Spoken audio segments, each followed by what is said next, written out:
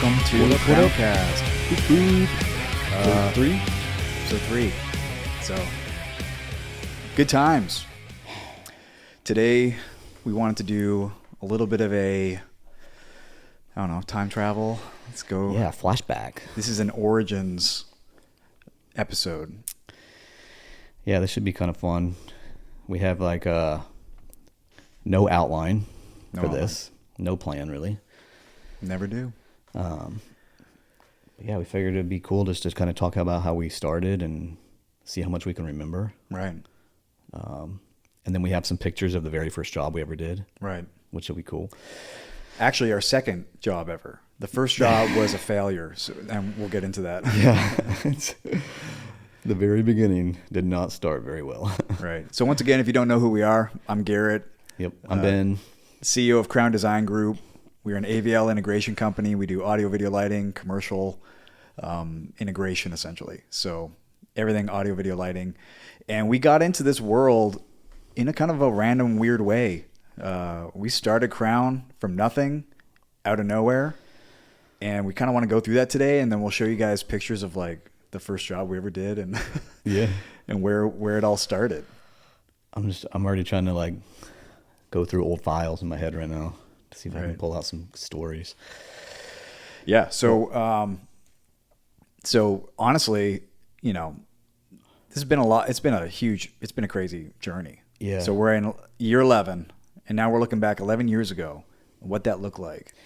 Yeah. Why don't we talk a little about how cause you said it kind of started on it wasn't an accident, but it wasn't like, we didn't sit down and plan to start a company. Right. At all. I think a lot of businesses start that way. Business plan. Yeah. Business plan. We had to try to go get funding, try to, capital investments. Yeah. Whatever you need. Angel investors. Have a really serious plan, a 5-year, 10-year, everything mapped out, ready to go, and then try to make it happen. Right. And honestly, what I see most from new AVL integration companies is like a rogue employee from another integration company. Yep. Going rogue and going solo. Right. So they've come from a template. Mm-hmm. They came from a company that's already doing it. They do it this way. They do it that way. They learn it. And then they're like, I can do this better or whatever. And then they leave and they start doing it. That's typically the way you see it. Yep. Now, we didn't do that. Yeah. You want to talk a little about kind of where we were? Yeah. Before Crown even happened? Right. So both you and I were on staff at a church here in town, Bayside Community Church. Yep. That's our home church, still is. We love it. Randy, shout out Randy. Yep. We love you. The whole team, whole Bayside team, we love you. Baypro, my baby. A child. But yeah, we were both working at Bayside. I was a tech director, so I had the opportunity to be on staff there from early days. We were meeting in a school. And it was wild. It was set up, tear down every week. 5 services. 5 services a weekend in a school cafetorium. It was the old Saturday and Sunday deal. And at that point, the church was what, probably 5 or 6 years old? Yeah, I think so. Yeah. And it was running crazy. Yeah. So it was packed. And then our stage designs were so elaborate. We had grown in all this gear over the years. So like setup and tear down was a beast. Yeah. And I came on staff. I was the first production person on staff. I remember having interviews with Dave Neiman and Jordan Becknell. Shout out Dave. Shout out Jordan. Love you all. And going back and forth. And the story was that Dave would talk to me and we'd talk numbers and stuff. And then he'd run in and talk to Jordan. And he'd be like, Jordan, if you hire Garrett, you're not going to get that new digital console. That's how it works. You're going to have to keep your analog Allen Heath GL, whatever it was. Yeah. And he said, he kept going back and forth because we were kind of negotiating the terms and everything. And so finally, Jordan's like, I don't care. Get Garrett. And this was right after I'd gone to school. So I went to Full Sail University, got a recording arts degree. And these negotiations of a job, like I was literally getting married. I was graduating and getting married and starting a new job all in the same month. Yeah. And moving from Orlando back to Bradenton all in 1 month. Yeah. And so all these negotiations are happening. They're going back and forth. And then I got in. So then I was the tech director, built up that team for the first time, built up a production team from nothing. They had a couple guys on that were great. Some rolled out as soon as I came in. They're like, they weren't down with the new hierarchy, the new regime. But then got to the opportunity to do our first building project with Bayside into their first building. And then I had the opportunity to work with a different integrator and oversee that project. Mm-hmm. Then from there, we launched a campus, first Bayside campus, West Braden campus. Then we launched another one.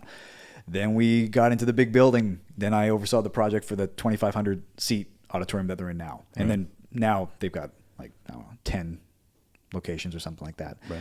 But at the time, we were in the new building and we were launching campuses, and it was a lot.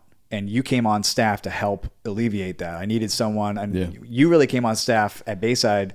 I needed help with like a drum cage or something. Right. Stage design or building a drum cage. I mean, churches out there, have you ever built a drum cage? I'm sure you have. Yep. We've built a couple. Until Phoenix drum cages came around, everyone was like, you had to try to make it. The old Clear Sonic thing would just fall apart like an accordion, right? So you had to try to figure out a way to make it a little better, a little more stable, and put a ceiling on it. The top acoustic ceilings never fit right, and so you built a pretty legit cage out of Clear Sonic pieces. I remember.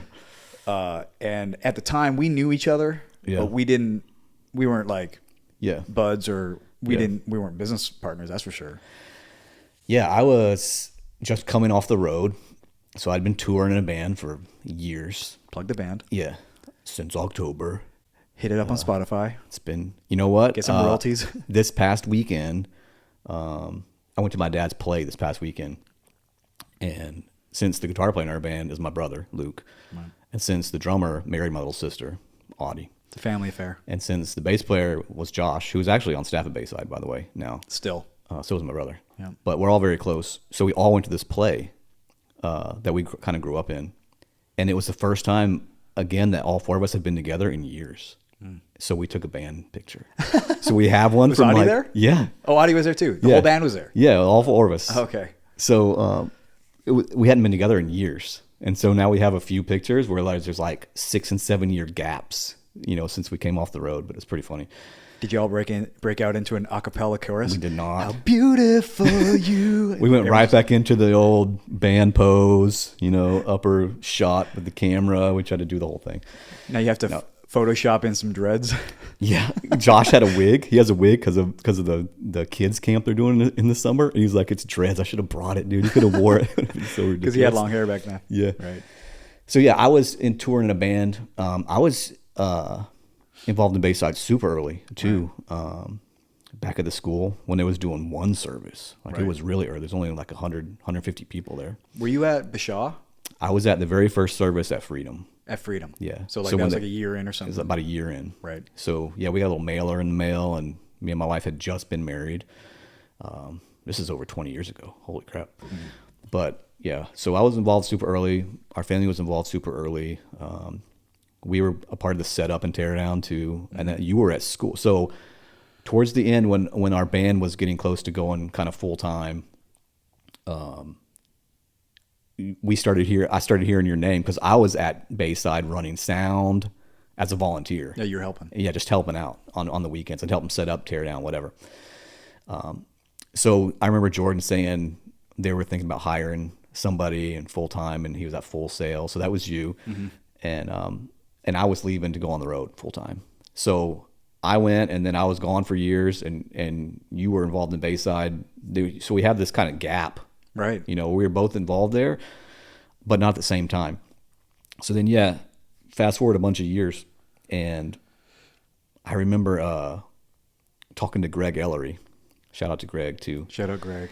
I remember him saying, there's just too much going on.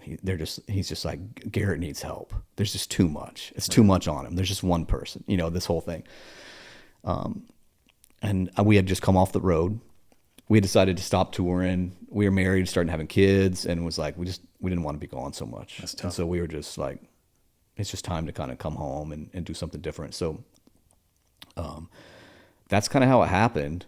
I ended up on staff there, obviously with you. Right. And then we started making the weekend services happen. Right. And they got more elaborate because then they were in a building now, and then there was one campus at that time, and there was a little more power. There was a person to kind of help out with stuff and free you up on things. And so, yeah, we rolled that way for about 3.5 years or something, I think, is how long I was there. Yeah. Before we did Crown full time. But so, yeah, that's how we ended up knowing each other. We just started working together at the church and then doing a bunch of crazy projects there and making services happen every weekend in a very fast growing, vibrant church. It was fun. Yeah, it was a Wild Wild West, man. And we were figuring out the new church model in real time. Yeah. Like this is like Bayside was like one of 4 ARC churches. I think they were number 3. They were the 3rd ARC church ever, I think. So there was like hardly any ARC churches running this model, trying to reach the community the way that they were and are. And so we were in real time figuring it out. Right. And I was like hanging out with people at different churches trying to figure out like how do you do it, and they're all trying to figure it out too. It was a wild time. We were doing all the stage designs, we were doing all the AV. We had an integrator that we worked with at the time that ended up being one of our mentors for the company. We love him, Bill Platt. Shout out Bill Platt. I love you, man. Thank you so much for your investment in us and just being one of the nicest guys I've ever met. And we were doing a lot. So when we had to do it all in-house too. So we were doing installs, we were doing lighting changes, we were doing stage designs, we were doing remodels of other rooms, we were doing all that stuff. And like that's how we cut our teeth. Yeah, we learned a ton that way. And in the time Bayside started, it was not the biggest church in town. No. Now it is. I mean, you see the bumper stickers everywhere. Right. It's so big that like everyone knows about it, even if they don't go to church. Right. But at the time we were smaller, and so, well, there was a transition where we became the big happening place, and then there was no one else around to help us. Right. Like there was a transition where like the smaller guys in town, which were doing great stuff, just couldn't help us at this next level. Right. And so we were like reaching out to like Highlands. I was hanging out with Justin Firesheets. Shout out Justin. A lot of shout outs on this one. And you know, he's awesome. I love him too. And he was very helpful for us at the time. And a couple other guys too. We're hanging out with guys from Elevation and just kind of getting, I'm like, how do y'all doing this? And we were all trying to figure it out at the same time. And because we were doing it, we were the ones doing it in town, and we were making waves in the area because Bayside was just bumping. Yeah. It was just happening. It was just, we couldn't keep up. Launching campuses, first service of a new campus was so packed that they're like, well, we got to add a service. Yeah. And then by a month, 2 months in, we got to launch another campus now. It was wild times, just like boom, boom, boom, boom, boom. And we're like, whoa, trying to figure it all out. And I think it was during that season of launching campuses and all that stuff that we started to get some calls from other churches in the area asking, who does your AVL? Who does all your stuff? And so many visitors would come to Bayside. Right. So, like you said, Bayside started blowing up significantly, launching multiple locations. We were doing 5 services there too in that building for the whole. Almost the whole time I was on staff, I think we did 5 services. I think it was inside the first year of moving into the first building. I think we were back up to 5 services. Yeah. I think it was just fast. Saturday and Sunday. 2 on Saturday, 3 on Sunday. It was. I was gonna say it was brutal. It was brutal. 2 teams, 2 AV teams, like production teams. Yep. One for Saturday, one for Sunday, every single week. Not us. We were at both. We had volunteer teams. Yeah, we were there constantly. Yeah. But we had like A crew, a B crew, a C crew. I think at one point I probably had, I think we were overseeing like 180 volunteers. It's like a small church. It was a small volunteers. Church. Yeah. Probably not even really a small church, I guess, at that time.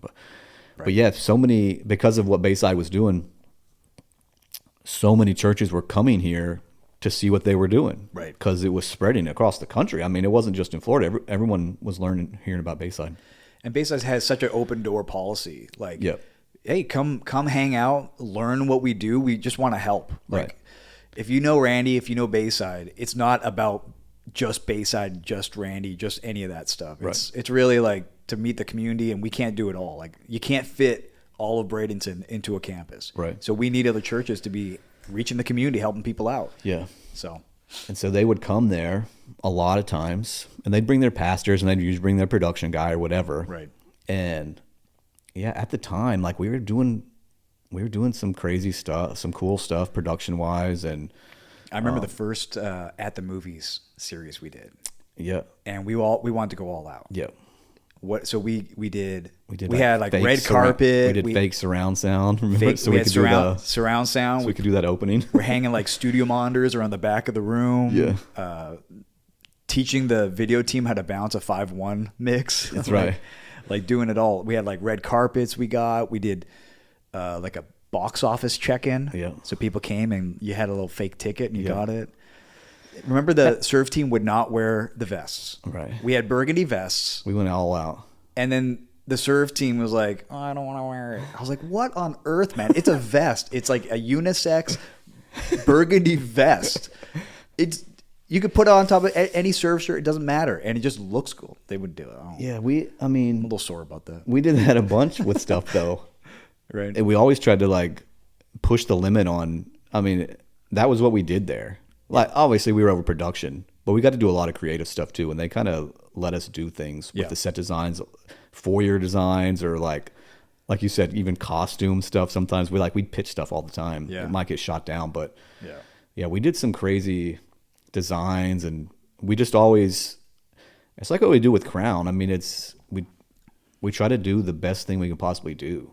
It makes it fun. Yeah. And so why not try to do it the best way? So that's how we always took it, even when we were there. I don't want to keep doing the same thing over and over again. I want to keep growing. I want to keep pushing. How to make it bigger and better. I want to make it look better, sound better, be cooler. Just the processes be better. Right. Everything. Like, if you stop doing that, it just gets boring. Right. So that was our mentality there when we were there. And obviously Bayside was just doing really cool things, and it was growing, and the leadership was great and strong, and everything was just, it was bumping. Yeah. And so, a lot of visitors would come. Other churches would come. And a lot of times we'd be back in the front of house booth, and after service, someone would bring somebody up to us, a visitor that they were hosting, and say, hey, this is so-and-so from this church. Can you tell them about your production stuff or whatever? Mm-hmm. And so we talked to these people, and we did that a lot. Mm-hmm. And then we started getting asked from these same people, hey, who does your AV stuff here? Like, who does the production stuff? And it was us. It would be like, we do it. Right. And so they're like, oh, that's cool. Well, then those conversations started turning into, well, could you come help us at our church? Right. And the first ones were no.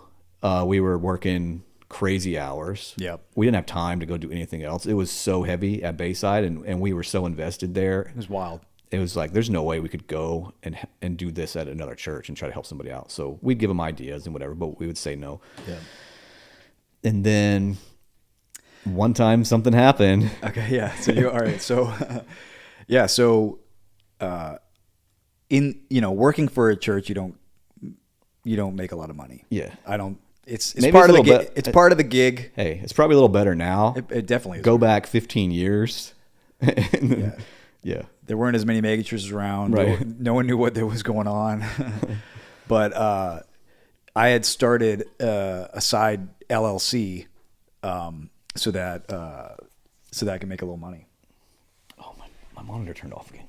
There we go. And so I had started an LLC called Walker Creative. And me and my wife, Audrey, she's a graphic designer. She's a really great graphic designer. She did the Bayside logo. I want to say it here for the internet. I heard word that some people were talking trash at Bayside and giving credit for that logo to someone else. I want to make it known right now that Audrey Walker made that Bayside logo, the one that's on your car.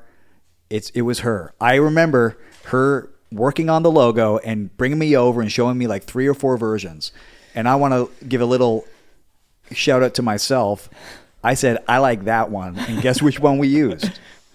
So I'm also like a closeted graphic designer, just FYI. Hey, I made Lyco bows out of that logo before. That's right. Shot them on a wall. So, forget where I was going with that. LLC. Yeah, started an LLC. We're going to do some side work. And then I got a call from a dude who was building out a indoor trampoline thing, which was kind of new at the time. It wasn't like now everyone knows about it. Right. And we won't mention names. But this dude is like, hey, we're doing this like trampoline thing. Can you help with the AV? And we're like, oh, dang, that sounds kind of fun. And I'm like, I think I need some money. And so I was like, and I have this LLC now. And so, okay. So I went, I'm like, I can't do it on my own because I don't know what I'm doing because I've never done this before. Other than church, other than what we did at what we were doing at Bayside. Let me pull in my partners in crime at Bayside. So I came to you and I said, hey, this guy, this trampoline place wants to do a big AV thing. And do you want to partner with me on it? Yeah. And we went to another person too. We won't get into that. Yeah. But you were like, yeah, sure, let's do it. Let's try and figure it out. And so that was the beginning right there. Yeah. At the time, it was called Walker Creative, which probably wouldn't have been the best name for you as a business partner. Yeah. But that was it. Well, but it was set up and ready. Like we could... Well, at least we could at least do pay a job. Our taxes. Thank you, government. That was very helpful as a startup. You know, we got to pay you more. Okay. Yeah. But we had that, so we got to jump into it. Yeah. And that first project was a complete failure. It was. We had so many meetings. We spent so much time on it. The first meetings were, we want this trampoline park to be Disney. Right. And we're like, whoa, okay, cool. This is awesome. Let's do Disney, man. Let's go wild. Let's make it cool. Let's do all this cool lighting and zoning things and sound and TVs and big projector on the wall and let's make this interactive, like a big trampoline interactive place. Yeah. We built a model. We did everything. What we had was we had a third person that was helping us that was supposed to do all the drawings. Yeah. And then that person kind of had some issues and had to roll out. Yeah. And so all of a sudden we're like, he's supposed to be doing the drawings for us because we don't know how to do drawings. Right. And then now we're like, now we got to do drawings. So what do? We went and got them printed. Printed at Kinko's. I remember it being in my tiny little apartment I was renting because I didn't have a house. I was renting an apartment at the time. And we had no money. So Kinko's that $50, $80 thing, whatever it cost to print, was a big deal. And we bought 2 of them so that in case we messed up one, because we were literally using pencil crayon to draw symbols for electrical on the floor plan. Right. And that's how we were going to give that to the electrician. Yeah. And be like, hey, these are the circuits we need. And it was literally drawn on by hand because we didn't have the programs. And I'm sure there's a million different programs now that make it super easy. And back then, we're talking 11 years ago. This is, it's not, we didn't have these programs. Yeah. So it was a lot difficult. We were talking to people that were going to school for this stuff, for drafting and all that. So we had to draw it. And so we were doing this whole project. We worked so hard on it. We didn't fully understand what we were doing, but we were figuring it out on the fly. We did those drawings. We put our proposal together. We got a contract signed. Yeah. We had our first contract. Yeah. We did the whole thing for this project. We had set up. We had already gotten pricing for something. We had already made a couple contacts to buy things. Yep. That was new.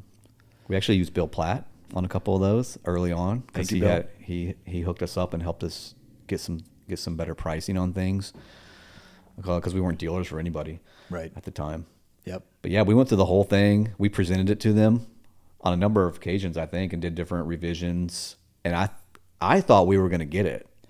It seemed like we were going to get it. Then we signed a contract. We were like, this is happening. We got it. We're just waiting for a payment now. Yeah. We were literally, they signed it. Then we were just waiting for that deposit. Yeah. And then I remember, I think we were at my dad's show. play. Your dad's play. How random is that? I talked about it earlier. Yeah. We were there. Helping. 11 years ago, volunteering. Josh was there too. Yeah. He was a different Josh at the time. He was a yeller then.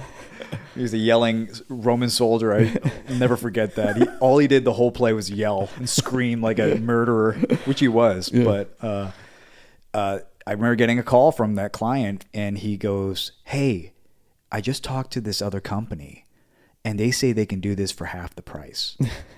And I was like, "What?" And so then he's like, "Yeah, half the price." And I'm like, "Well, how is that even possible?" I'm like, "You're getting a crazy deal on all these fixtures. We're like, this is our first job. Like, we're like giving you everything for free, pretty much, just trying to make this happen, just to make a little bit of money." And what it was not an oranges to apple. It was an oranges to apple, not oranges to oranges, whatever. Yeah. It was just junk. Yeah. So when we got the other proposal from the other company, it was not the same thing. Yeah. And so I was like, "Hey, dude, what happened to Disney? Right. I thought we were doing Disney here. Yeah. You said Disney. That's what we put this whole thing together." Yeah. And it ended up not being Disney. I'll tell you that much. Nope. I went there a couple years later, and I looked around. I'm like, "Oh, this is not Disney. This is the opposite of Disney." Yeah. It was exactly what you thought it would be. It was another company, just did trash. Yeah. Trash crap everywhere. Just horrible fixtures.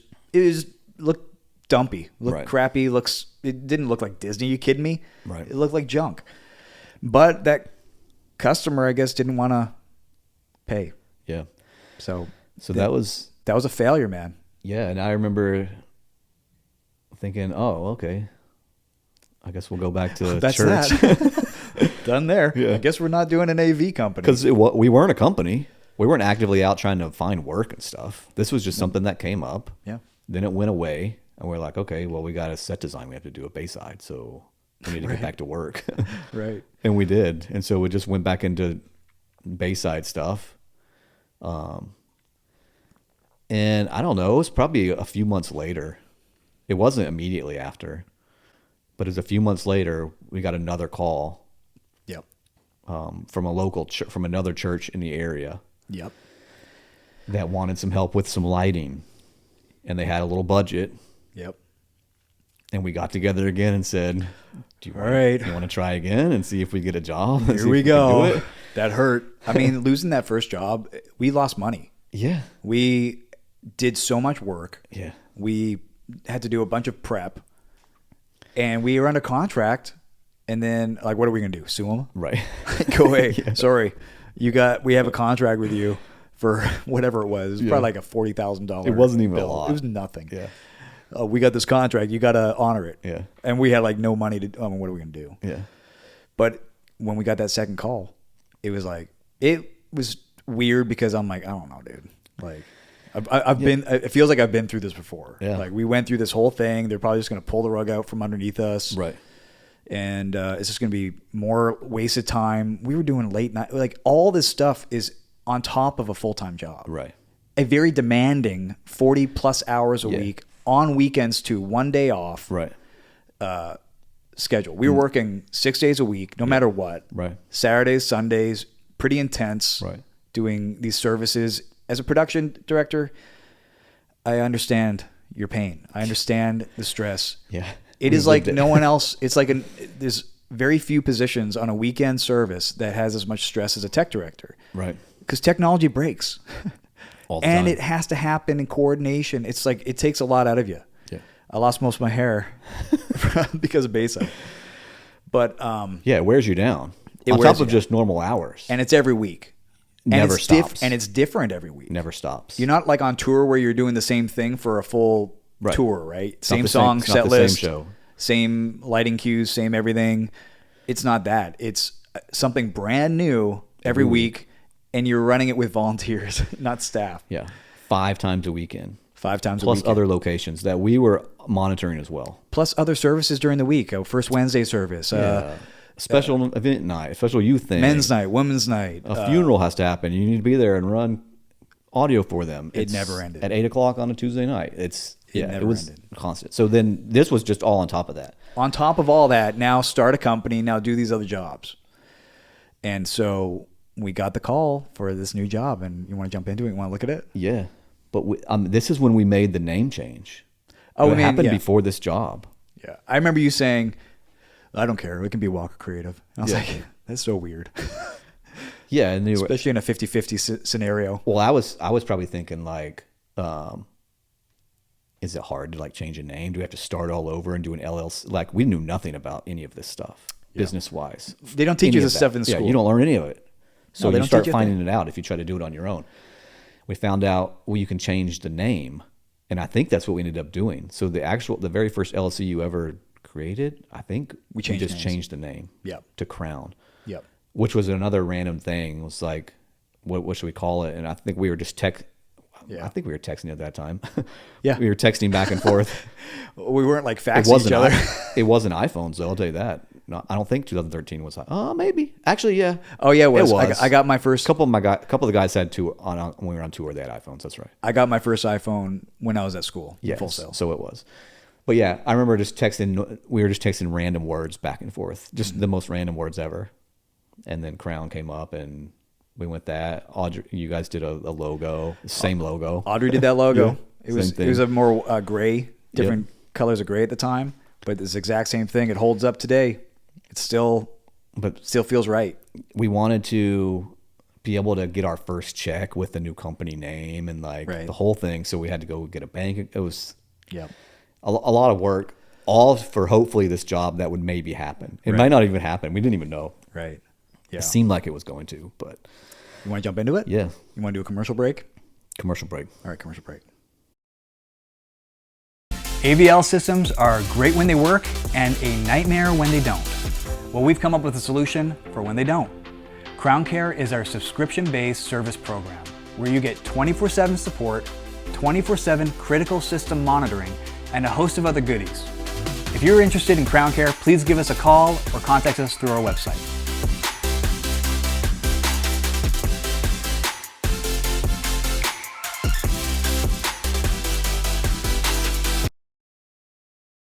And we're back. Okay, from that commercial break. Our sponsor, thank you for our sponsors for giving us all that money. It's amazing. Wow. How does that work if we are our sponsor? We got to pay ourselves more. Yes. Can't wait to pay ourselves more. Yes. We just made all that money. Wait. That's like the government. Yeah. Giving you your tax money back. Yeah, look, I got all this money from the government. Return. Did you now? Did you really? We're going to get into that sometime. Let's do it. All right. Okay, so this is First Baptist Church Bradenton. Yeah. Very first Crown job ever. And I have so this is a lighting project. So we got contacted by their worship director at the time, who's not there anymore. Right. And he was like, hey, y'all do lighting? We need some lighting. Like, our place is old. And we're like, of course we do lighting. Oh, we've been doing this for years. Are you kidding me? Yeah. Oh, yeah. Haven't you heard of Walker Creative and Crown Design Group? But yeah, so then we were like, okay, yeah, we pulled ourselves off the ground. We rose from the ashes, from the trampoline ashes, and we were like, okay, let's see what we can do for this Baptist church. Yeah, and I remember getting together. They had given us a budget. We didn't know if that was real or not, again, because our past experience was not real. It was failure, so we're like, well, this is going to be another failure. We're like, okay, we have a budget. And I remember having like meetings at our house super late at night. Yeah. Well into the morning hours, because it took us so long to put quotes together then. Like, yeah. For one, we didn't have a software to put a quote together. No. So we were like trying to figure out how to make look okay on a piece of paper. Right. We were just doing logistical stuff like that. Yep. Not to mention like trying to design a system for them that would help their room and kind of accomplish what they wanted to do. Right. But yeah, we'd work all day at church. Right. Building something or getting ready for a huge event like normal. Yep. And then we would go straight home and meet up again and jump into like this design. Yeah, our days off were Crown Design. Yes. Our vacations, our PTO was Crown Design. Yeah. For like 2 years. Yeah. But this is like the beginning of that. This is the very beginning. Yeah. But yeah, I remember being at your house and we were working on quotes and trying to figure this stuff out. And I was there late, and like my car got towed just off the road from the HOA. Because I was there so late, and the stupid HOA is like, oh, you can't park on the road.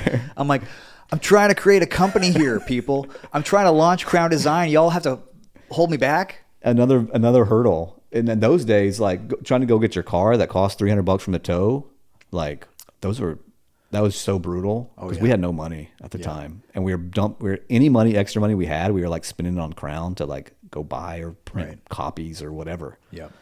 I fought the HOA on that though, and I won. Yeah. Because they towed it like at 11 p.m. I was like, well, you can't tow a car at 11 p.m. We thought it got stolen. I remember. I was like, I got my freaking car stolen. Another, maybe we shouldn't be doing this thing. But yeah, so we had worked on this, try to figure it out. So what the church wanted was lighting. They had an old dimmer that was like trash. Yeah, it caught fire. It had caught fire a couple times. This is kind of what started it. They were like, okay, the dimmer actually caught fire, so we have to do something at this point. Right. That's how this job came about. Right. Yeah. Something caught fire. Someone smelled smoke, and then here we are. Now we're in. And then they also wanted to creatively up there. It was just nothing. So let me show you a picture. Yeah. Boom. There it is. Pretty typical looking Baptist church. It's they had the organs going. They needed an organ donor. If you've heard that one before. And that was their set design, by the way. Those were light boxes with caution tape, and that's how we rolled back. That wasn't us, but that's how churches rolled back in the day. It's because they were doing a stage renovation. I remember this now that I see this picture. That's right. Yeah, I can see it. Yeah. This is what they did because the stage was torn apart. They said, well, let's just make it like a construction site on stage, and do a series about changing stuff in your life. And I remember talking to the worship pastor about it, and that's what they did. And that's why our little budget got bundled into this thing, into a series, into this series and into this construction budget, this little overhaul they were doing. Well, and that's clever then. Yeah. I didn't know that. Yeah. And we get jobs like that a lot where they get a chunk of money to do the roof or to redo the carpet or to redo the whatever. And they think, well, at the same time, now's the time to maybe do something with AV, and we got other jobs like that too, especially at the beginning. But that's how this one happened. They sneak it in. Yeah. They sneak it in these budgets. So yeah, that's the room, or that's the there it is. You can kind of see their lighting now. Like they didn't have anything going on. Right. Like there's not much here. That's up at front of house looking down. They had a balcony. It's a big room. It was a big room. Yeah, they had a balcony. At least 1,100 or something like that. Yeah. Balcony. This is their old dimmer patch bay. They had a that's a stage pin connection, and it was a dimmer patch bay. Yep. Pretty nuts. It was just ugly. A lot of you can kind of see why two furs and three furs and four furs to make things happen. Who knew why there'd be a fire? I have no clue why there'd be a fire. Well, I do. It's because of that. So we were brought in to fix their dimmer. So we were gonna. That was priority. Yeah, we got to give them a new dimmer. Mm-hmm. We have to hire an electrician to move all these circuits over. Yep. Because we can't trust this old one anymore. It's just got to go. Yeah. And so we started to work out what that looked like. We got with some electricians.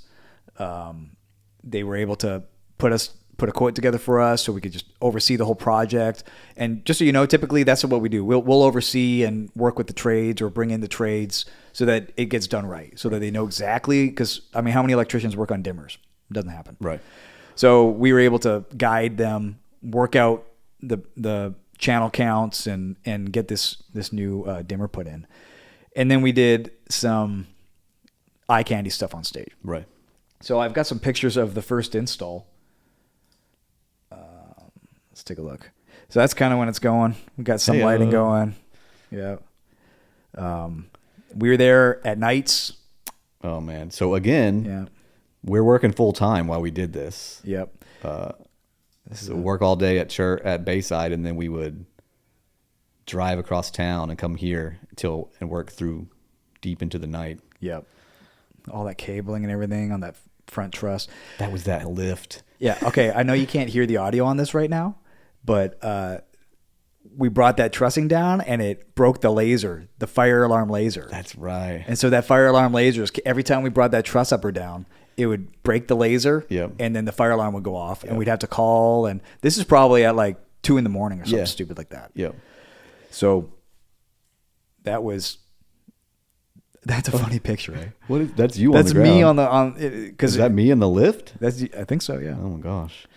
So Those that's lifts. that's I'm laying down because it's probably like 2 a.m. Yeah. So that and we probably have work the next morning at like 8 or 9 for or something sure. like that Yeah. at Bayside.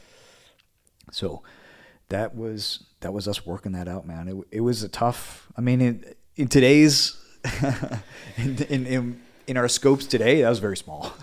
Oh yeah. I mean, That was a very small install, but it was just Yeah. the two of us, yeah. sweat equity, starting a company, and that's what it looks like. Yep. That's what it looks like right there in a genie lift in the middle of the night, setting off alarms. That's what we do.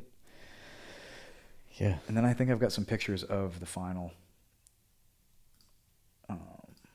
I remember some of these pictures. So here's all the circuits for that dimmer, nicely tied Nice and and clean. going to our new dimmer. So that was a portable. Crazy Citrus story Green. on this too is that Matt Stuff, our employee now, He helped? he helped. We hired him on this job. Oh, dang.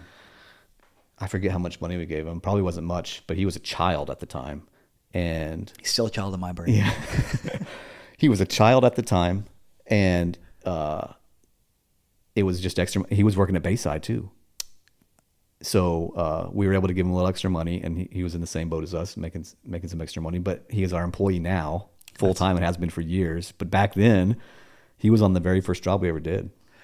That's Crown. Yeah. Yeah, Matt's been around Yeah. forever. I mean, I love the guy. I think I've given him every job he's ever had. Like, Hired him at Bayside, hired him again at Bayside. Oh, he went Starbucks. I didn't do that. And then Yeah. hired him at Crown. But Yeah. yeah, he's the guy that has been around. we had to pull him in too because some of this dimmer stuff, like we really didn't know much about. Yeah, he was very helpful. But Matt. he had been digging into the lighting stuff for a couple years already. Yeah. And knew some shortcuts and stuff. So Matt's one of the best lighting guys I know. yeah. If not the best lighting guy I know. Yeah. Period. He knows more than anyone else. He So, loves it too, so it's great. Matt, you're a rock star. Boom. So yeah, that's the dimmer. Boom. Pretty pictures, man. Those are old iPhone pictures. Like Yeah, you that's what can't, they look at. you're not allowed. They wouldn't give you that. It's a potato phone You picture. couldn't get that feature to like calm it down Yeah. a bit. So But this was huge for us, man. It was a Oh, big man. change in the room too. They had some movers on the ground. They had some pixel bar things. Some we put I think we put a light on the cross and like cropped it really nice. Yep. Look at the light just blowing out on these photos, man. That's hilarious. Yeah. You didn't get that option to fade it down. This is first calm iPhone down. pictures, people. Yep. This is archaic. But this is what they wanted. They wanted something to make their stage pop and look better. Right. They wanted better front lighting, which we redid all their front lighting as well. That was that dimmer and re-aiming and re-lamping and all kinds of stuff for that as well. And then we also gave them new control. We did Vista here, Yep. which was monumental for them. They were running some kind of dimmer sliders basically for lights. Yep. So they had moved into a software. I remember that piano picture. We used that thing for a lot of promos and stuff. Yeah. These are the creative photos. This is how you have to start though. I mean, Right. Crown existed at this point. There's Vista Yep. in its infancy. But yeah, Crown was in its infancy too. I mean, we had no promo shots. We had nothing to kind of market ourselves at all. So this was the first job we ever did. Absolutely. And we used these pictures on a lot of stuff. Right. Let me look. We've got the first check. I was going to say you should from grab this it. project. Let me look at it. We put it in a frame. What's the date on I it? recently found it and I framed it. We framed it for our office here. It's probably 2013. 2013. 5/22/2013. May, yeah. What's the date right now? We're not in May. Yeah, it's Close. Almost. So that'll be 12 years in Yeah. May. Yeah. All right, if you want to count this as the first one. So this check, the first check from Baptist Church of Bradenton to Crown Design Group. The address is my old house address, which still Sometimes. it still haunts us to this day. I know, mine too. For some reason, these distributors or manufacturers, they won't change our freaking address. We'll randomly get a call from a random person that bought our homes years ago. Hey, I got a package. I got a package for you for Crown. What the heck, dude? I think I saw it last week on something. Really? Yeah. It was. Yeah. Yeah, just a couple weeks ago. What the heck, man? They didn't send anything, but I caught it on a form. All right. So this check is to Crown Design Group, the first one, for $18,655. There you go. And most of that, almost all of it was equipment. We made, if we made $500, it was like a win. Yeah. For like a couple nights of install, all that. So it was wild. We were not dealers for anybody. Right. We couldn't. I remember just trying to squeeze any money out of anything that we were buying because we had to basically buy stuff online. Yep. And then if we could somehow call that company and work a deal with them to get a few $100 off, then we knew we could make a few $100. Right. And that was it. It was like that, and then and a little bit of labor for the Yes. work. Yep. And we didn't really appreciate our own labor at the time. Right. So it wasn't very much. But And we didn't know what we were doing, really. Yeah. Well, we kind of knew what we were doing. But Yeah, I mean, we knew enough to do this at the time. It was a cheap job for them too, and they got what they needed and what they wanted. Yep. And it was done safely and done right. Yep. And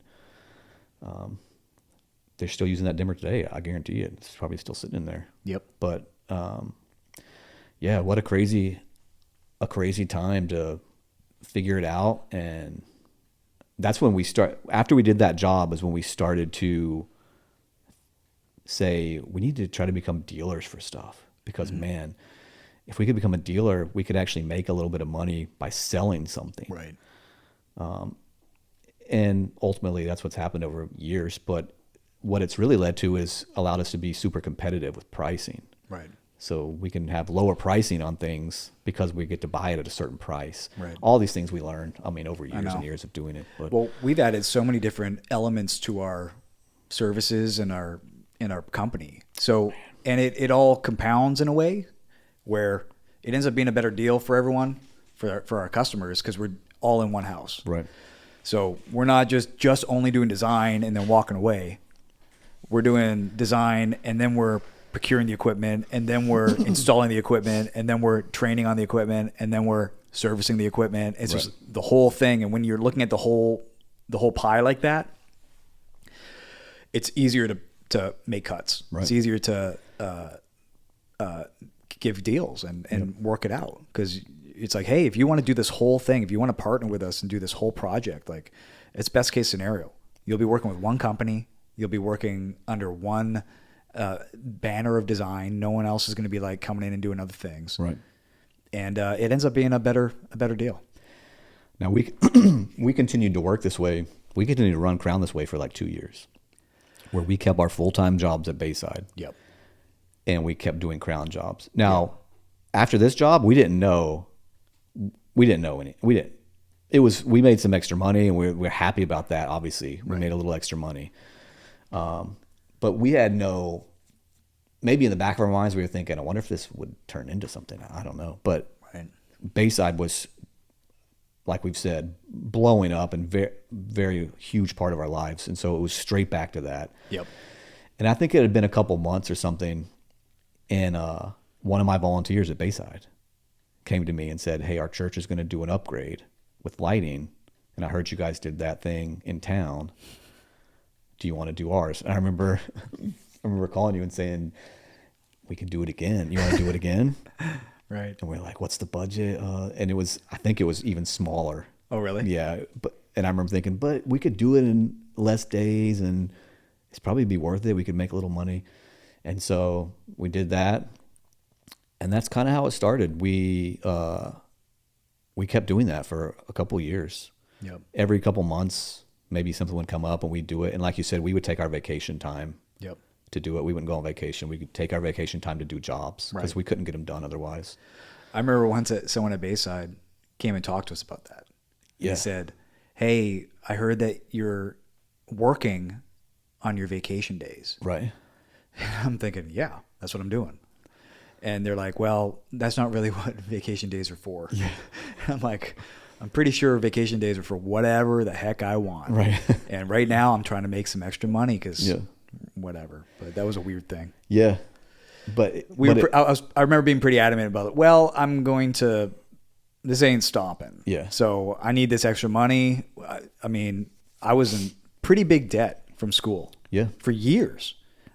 both me and my wife went to very expensive schools. Yeah. And we had, over $100,000 in student debts for years and years and years. Yeah. And I was like, I got to get out of this. And I'm not going to get out of this if I just work at Bayside. Right. And Bayside, they did what they could and Right. whatever, and I agreed to the terms and I Right. worked for them, and I'm super glad I did. And I learned so much, and I think it was a great thing. Yeah. But I needed more money. Yeah.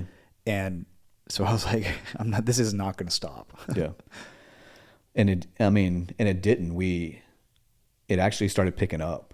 Yep. Like year 2, we started getting more jobs. Yep. And that's when it was like, that's when we had to take our vacation time just to do jobs. It wasn't even an option anymore. We couldn't make it happen.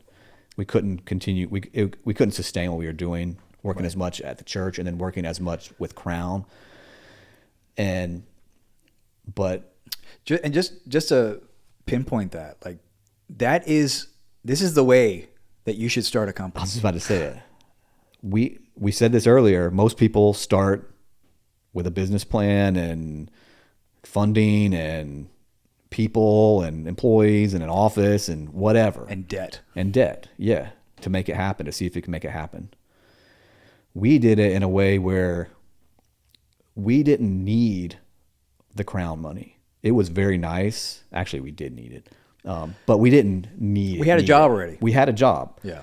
And how could we, how long, the problem was, how long could we do it that way and still be completely invested in Bayside and doing that, and then putting enough effort into Crown to maybe make it something real.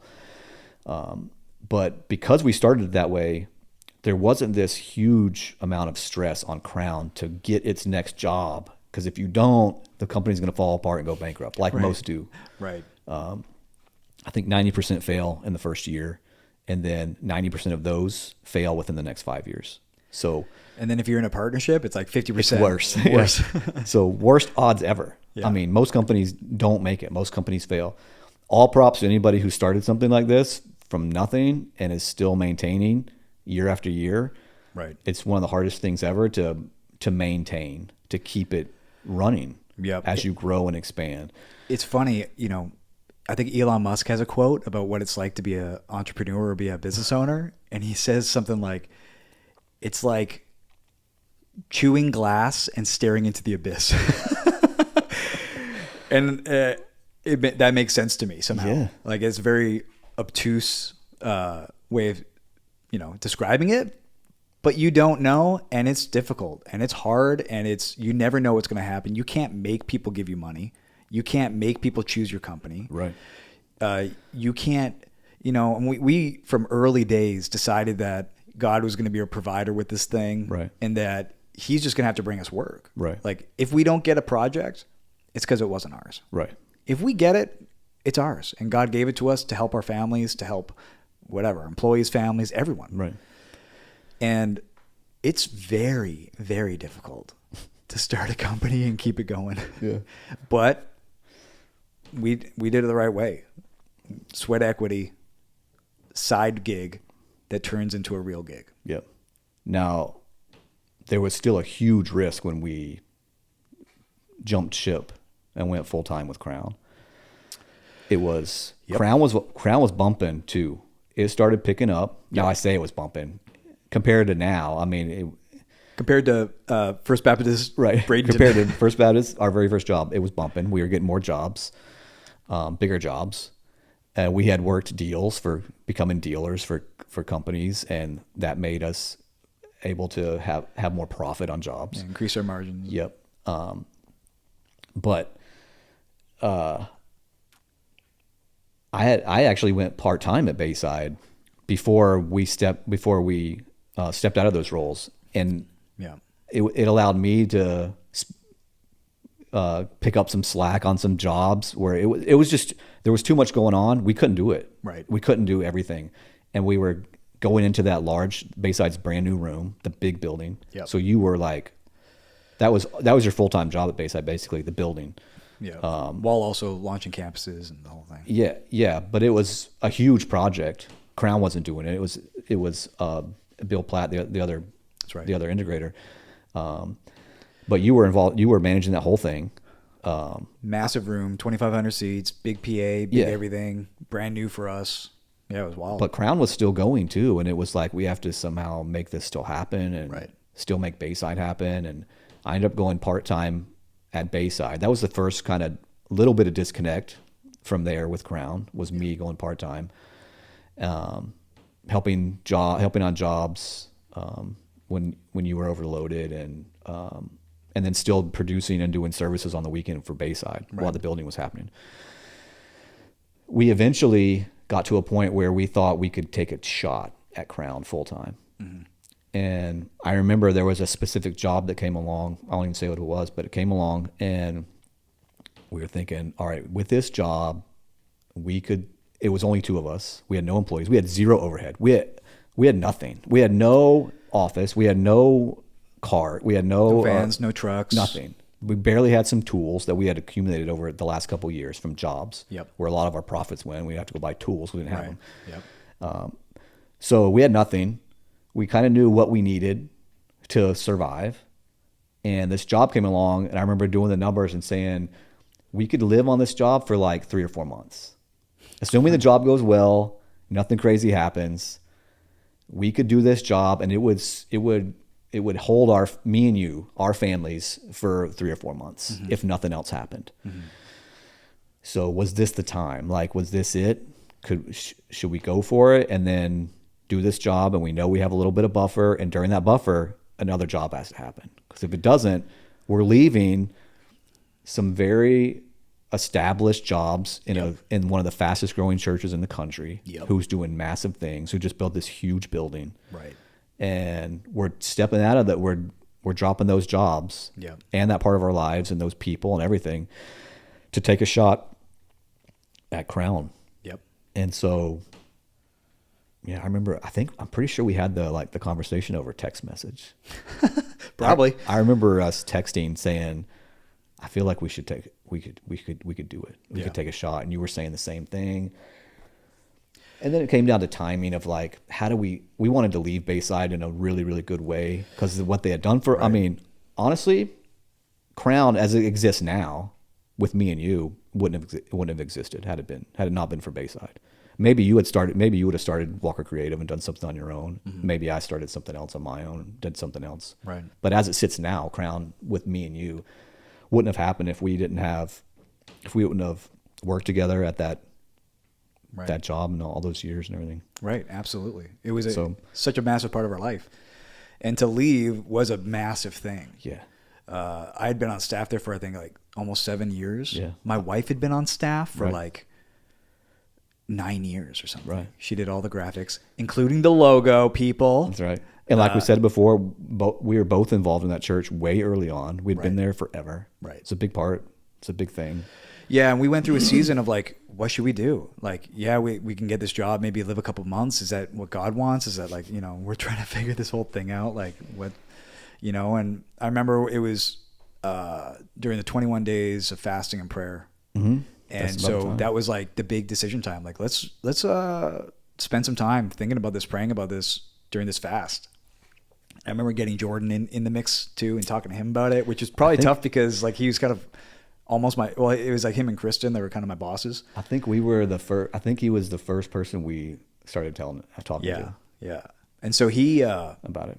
And so he knew about it, and I told him, "Hey, I'm praying about this, man, and can you pray for us and be thinking about it too, and we're going to go through this fast and see what happens." Yeah. And it was very scary. It was terrifying. And then I had a meeting with Jordan scheduled to like at the end of the fast, like right. And I was like, I hadn't fully made a decision yet. Yeah. But I knew I didn't feel bad about it. Right. For me. And so I had this meeting set up with Jordan. I was going to meet with him and just like, hey, like, what do you think, man? Like, what do you think? And we had that meeting, and then he's like, yeah, I told Randy, and like all this stuff. I was like, what?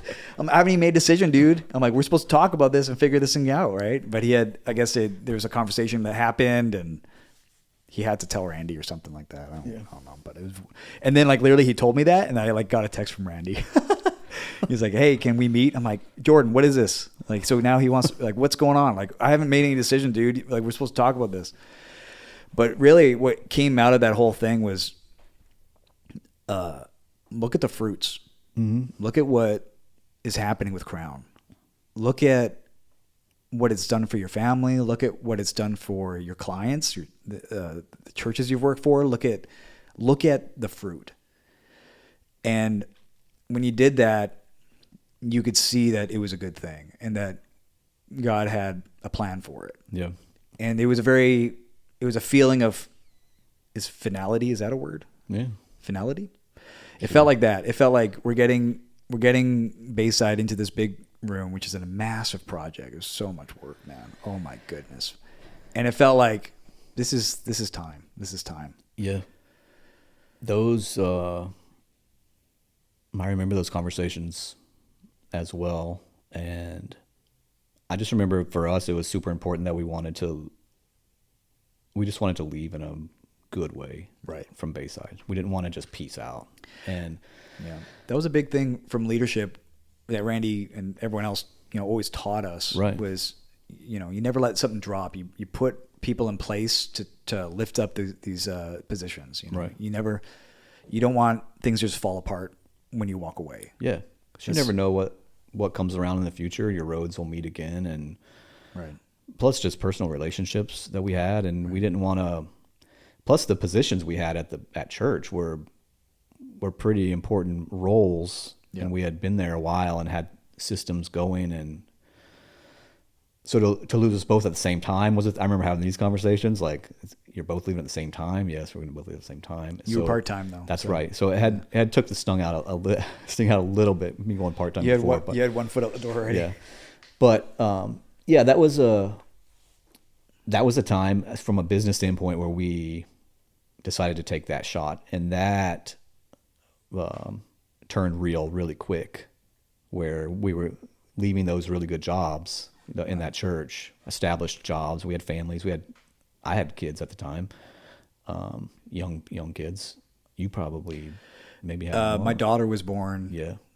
Right before this whole thing. Okay. So yeah, I mean, daughter was born in November, and then we were making final decisions in January. Yeah, and we're gonna quit our jobs and try to do this, and with only having one job on the books, basically, that's it. Mm-hmm.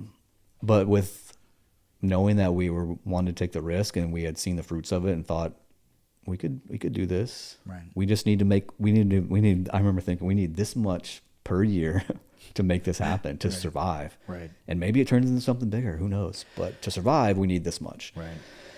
Very difficult, man. Oh. Very difficult. We learned so much. Brass balls, man. Man, had to. I think back and I go, how was I that ballsy? How did I do it? I remember being terrified, but also like, we got this. It was exciting. It was definitely exciting for me. I hadn't worked a conventional job in like almost my whole life. Bayside was my first like conventional job in a really long time. Wait a second. You worked every conventional job but before you went on tour. But it wasn't real. They were like, I'd work them for like a month and be like, I got to go on tour for 2 weeks, and I'd lose the job. It wasn't like a real job. Internet, Ben classically has done every single job known to man in between touring. It's happened. I was a beekeeper. I mean, it's been that far. Beekeeper Ben. Beekeeper Ben. Artie was a garbage man. I mean, we did everything. But I hadn't had like a real job that was like my real income. It's just I hadn't had like a real job for a long time. I guess I was just not molded for it. But so yeah, it was exciting. I like the gamble part of it. Like it was all just new, so new. But man, we did not know what we were doing.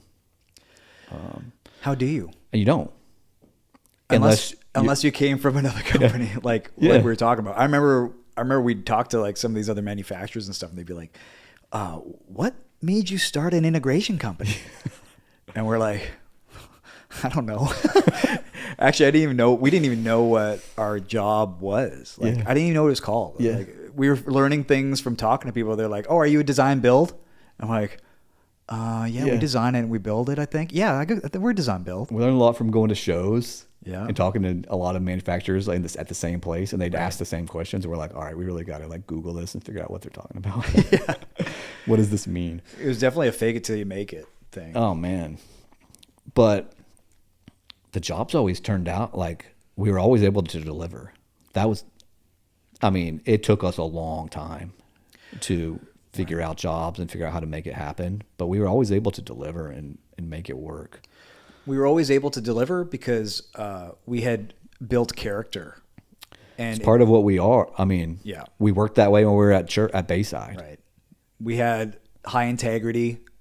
We didn't mess around with people. We didn't lie. We wanted to be honest and do the best work that we could. Yeah. And to this day, if we mess up, it's on us. Yeah. Still. We'll fix it. Yeah. If we break something, which happens seldom, but when it does, a new guy in a scissor lift or something and hits a wall or something, we fix it. So because we had the character and because we had these, I guess, tenets of the company, that is what equals success, honestly. Yeah. And you can look back and see that these jobs, I feel like they came in like a really good order. Yeah, I remember. And probably as we grew, we were attracting different types of jobs. As we got better, we would attract a different job. And each job was like a little more of a stretch for us. It was like, okay, we're doing this time. We got to figure out how to do it. Right. How's the best way to do it? Yeah. Had one of those bigger jobs come early on, it may have been a complete catastrophe. Right. you know? So we kind of learned and built through that. And it did happen in a really good order. That was one of the only things Bill Platt told us was don't get too big too quick. Yep. And we're like, what? We're like, bring it on. Give us the $1 million job. Give us the $2 million job. He goes, don't get too big too quick. Because Bill had worked at Disney. He was over all of audio at Disney. Yeah. And he saw firsthand the destruction of AVL companies, integrators, as they came, took a bid on a Disney project, and then folded. Yep. Because they couldn't keep up, or they didn't bid high enough, they didn't have their pricing right, and then they just get destroyed. Yep. And I still hear that stuff kind of happens, but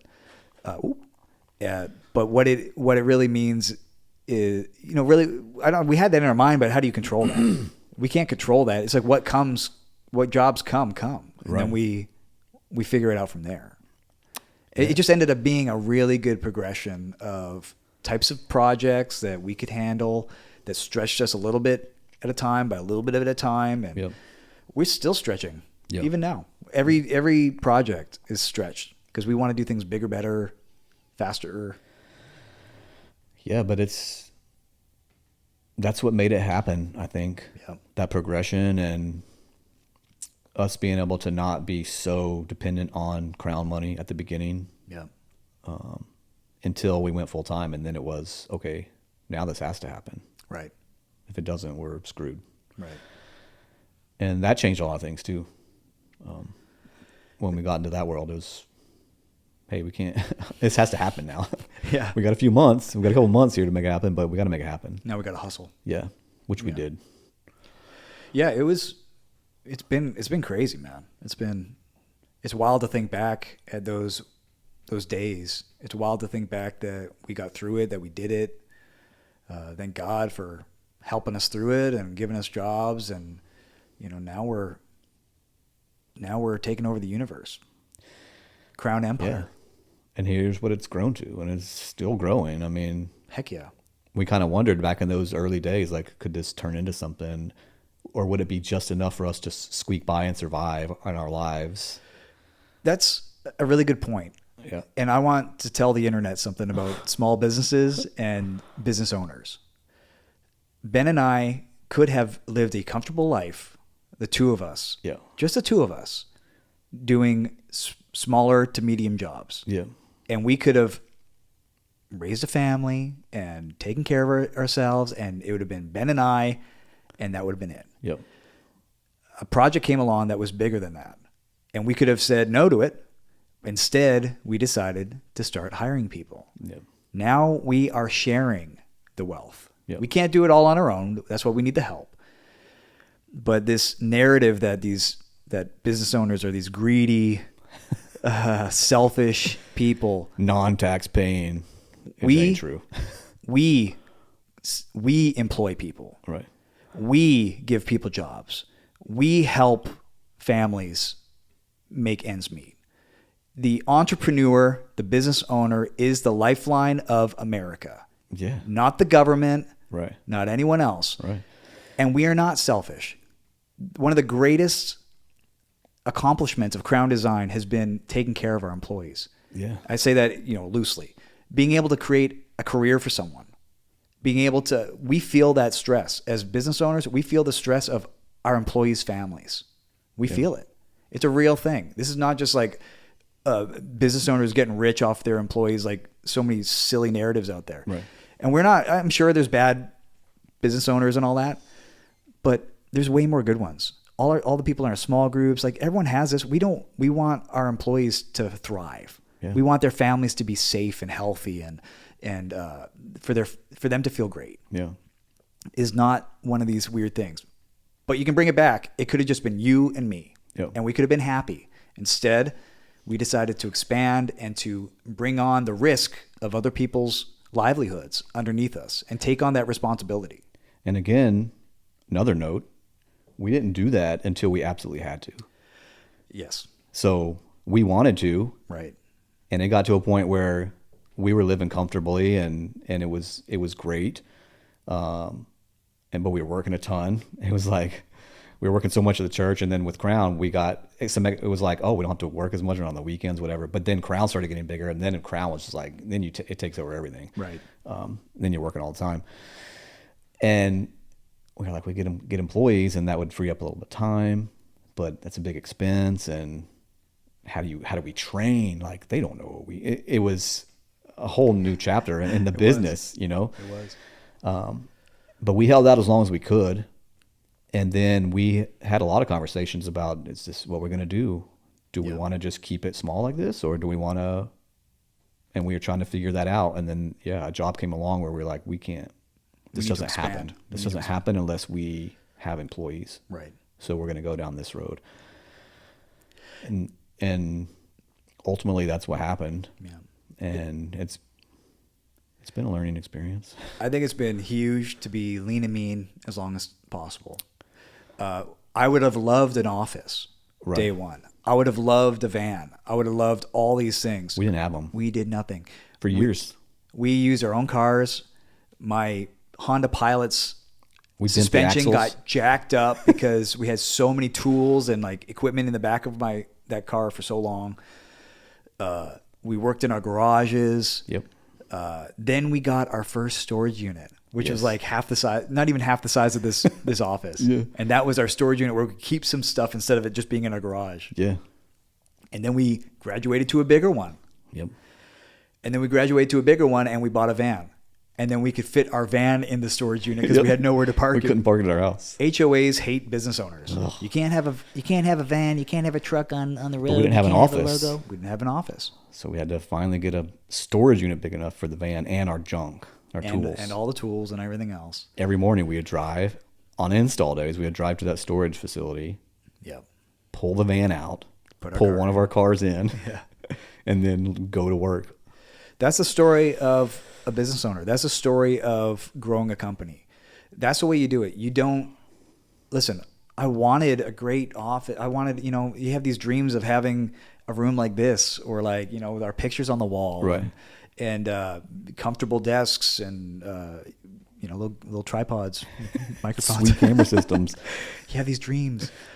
You don't get there overnight. Yeah. And small businesses out there, you got to remember that. Keep it lean and mean. If you don't have to buy it, don't do it. It's better to feel security, and it's better to have security for you and your staff than a beautiful office. Yeah, in my opinion. And that's the way we rolled with everything. Yep.